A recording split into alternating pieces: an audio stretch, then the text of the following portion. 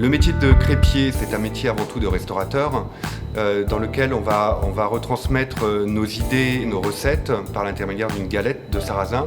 Les pâtes que l'on fabrique à la fois pour le salé, donc c'est une pâte de sarrasin, et après nous avons la farine de froment sur le sucré, qui là n'est travaillée qu'avec du lait, du sucre et des œufs. Au-delà, on peut également travailler d'autres farines, comme la farine de châtaigne, sur du salé ou du sucré, qui donne un aspect un petit peu plus original à nos galettes.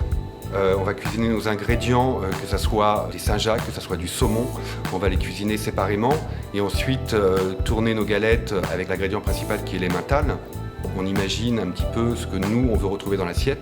Et à partir de ce moment-là, l'ingrédient principal qui se rajoute, c'est la galette, sur lequel on adapte différents pliages en fonction des ingrédients qui sont dedans, de manière à maintenir la galette et qu'elle ne se déchire pas au moment de l'envoi.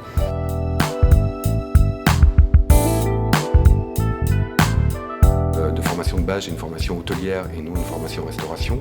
Je suis quelqu'un qui aime la cuisine, je suis quelqu'un qui cuisinait pour moi personnellement. Pour reprendre une crêperie, on nous demande aujourd'hui un certain nombre de qualifications, notamment valider un stage de crêpier.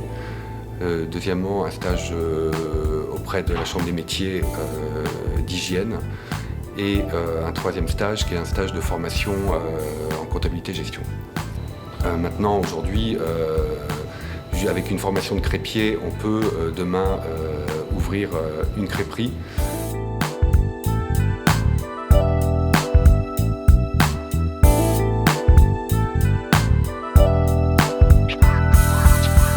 Alors l'approvisionnement dans un premier temps, c'est déjà pouvoir trouver des producteurs locaux, travailler principalement avec du frais.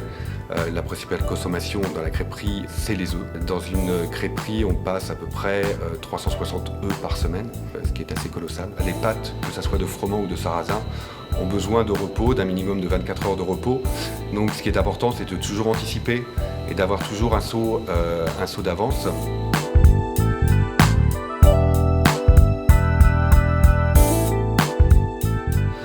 Aujourd'hui, c'est pas parce que nous avons une crêperie que nous sommes forcément habilités à faire de la vente à emporter. La vente à emporter est validée par le biais de la Chambre de l'artisanat.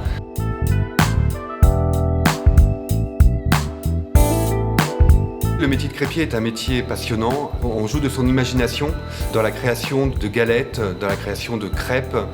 Le métier de crêpier est un métier qui est accessible à tous. Il vous permet d'entreprendre, il vous permet de voyager, il vous permet de partager votre passion. Alors si j'ai un conseil à vous donner, aujourd'hui, lancez-vous.